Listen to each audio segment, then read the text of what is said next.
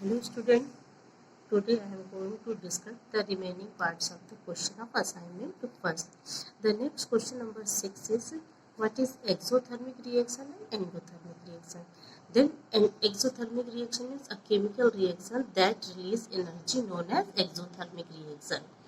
ऐसा रिएक्शन जिसमें energy release होता है उसको हम क्या कहते हैं एक्सोथर्मिक रिएक्शन। जैसे कंबस्टन ऑफ कार्बन का जब कंबस्टन होता है तो हीट रिलीज होती है, इसको हम एक्सोथर्मिक रिएक्शन कहते हैं। And the reaction in which energy absorb is known as endothermic reaction, यानी जिसमें एनर्जी एब्जॉर्ब हो रही है in the form of heat, in the form of light, किसी भी रूप में एनर्जी अगर एब्जॉर्ब हो रही है तो उसको हम क्या कहेंगे एंडोथर्मिक रिएक्शन। जैसे जिंक कार्बोनेट को हीट करने पे क्या होता है जिंक ऑक्साइड और कार्बन डाइऑक्साइड बनता है, तो यहाँ पे हीट रिलीज हो रही है और इस एंडोथर्मिक में हीट एब्जॉर्ब हो रही है। Next question is what is corrosion. Corrosion is the process of forming oxide layer on upper surface of metal in presence of moisture, oxygen and acid. Corrosion जैसे आप रस्टिंग ऑफ आयरन आप लोगों ने पढ़ा है, जंग लग जाती है, उसको भी कोरोजन कहते हैं। तो ये किसके प्रेजेंस में होता है, मॉइस्चर, ऑक्सीजन और एसिड के प्रेजेंस में होता है, ऑक्साइड बन जाता है और किसी भी सब्सटेंस के ऊपर एक जो लेयर बन जाती है जिसकी वजह से वो सब्सटेंस खराब हो जाता है, उसी प्रोसेस को कोरोजन कहा जाता है। Prevention of corrosion is galvanisation, painting and oiling. Next question, what is rancidity. Rancidity undesirable changes that takes place in oil containing food items due to oxidation of fatty acid. जब food item बहुत दिन तक रख के खराब हो जाते हैं उसको हम क्या कहते हैं रेंसिडिटी। फिर क्वेश्चन आ गया कि कौन सी गैस फूड मटेरियल पैकेट में फिल होती है, तो उसका आंसर है nitrogen gas filled in food material packet. Now next question, question number 9 कि जब आयरन नेल कॉपर सल्फेट के सोल्यूशन में डालते हैं तो उसका कलर चेंज हो जाता है, क्यों। तो the solution is that when an iron nail immerse in a solution of copper sulphate then iron displace copper. क्या होता है कि कॉपर सल्फेट के सोल्यूशन में जब हम आयरन डालते हैं तो आयरन कॉपर को डिस्प्लेस कर देता है, ठीक है, डिस्प्लेस करके उस जगह पे अपने आ जाता है। क्यों डिस्प्लेस कर देता है, क्योंकि iron is more reactive than copper. Iron जो है कॉपर से ज़्यादा रिएक्टिव होने की वजह से कॉपर सल्फेट के सोल्यूशन से कॉपर को डिस्प्लेस कर देता है और यही कारण है कि कॉपर सोल्यूशन का कलर चेंज हो जाता है। नेक्स्ट, इस रिएक्शन में बताना है कि ऑक्सीडाइज क्या हो रहा है और रिड्यूस क्या हो रहा है। तो 4Na+O2 यहाँ पे ऑक्सीडेशन रिएक्शन है क्योंकि एडिशन ऑफ ऑक्सीजन है। तो इन दिस रिएक्शन Na gains oxygen and get oxidise to Na2। यहाँ पे ये क्या हो रहा है ऑक्सीडाइज हो रहा है सोडियम। दूसरा रिएक्शन है कॉपर ऑक्साइड और हाइड्रोजन, ये रिडक्शन रिएक्शन है।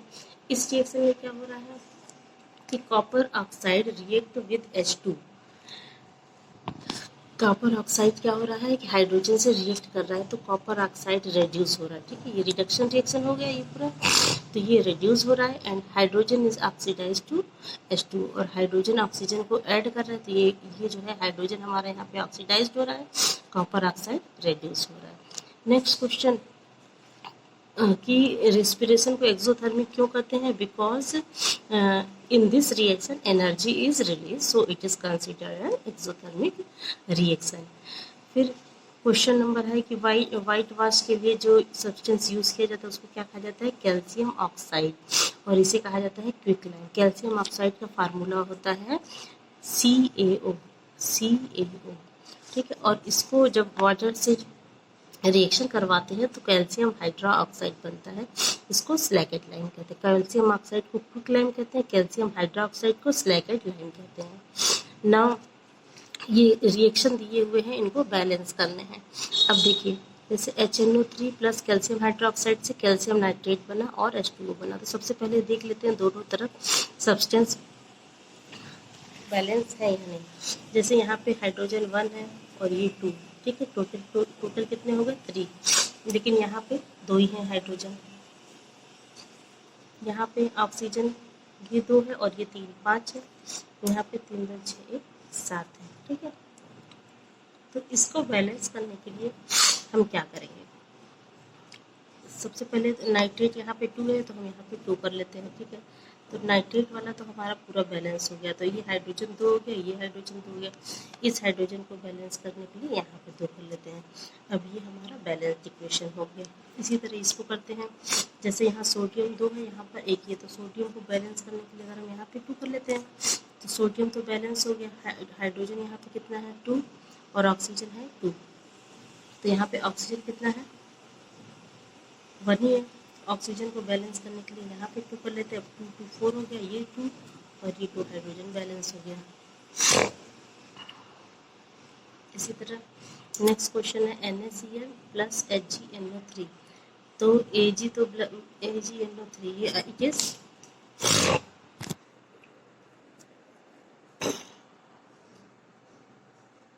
it is already balanced. NaCl, Ag इधर भी है, Ag इधर भी है, Cl and it is already balanced. BaCl2 H2SO4 से BaSO4 HCl बन रहा है, तो ये सिंपल है, यहाँ पे H2 और Cl2 है, तो यहाँ पे अगर हम 2 कर देते हैं तो ये बैलेंस्ड हो जाता है। इस तरह से क्वेश्चन आपको सॉल्व करना है।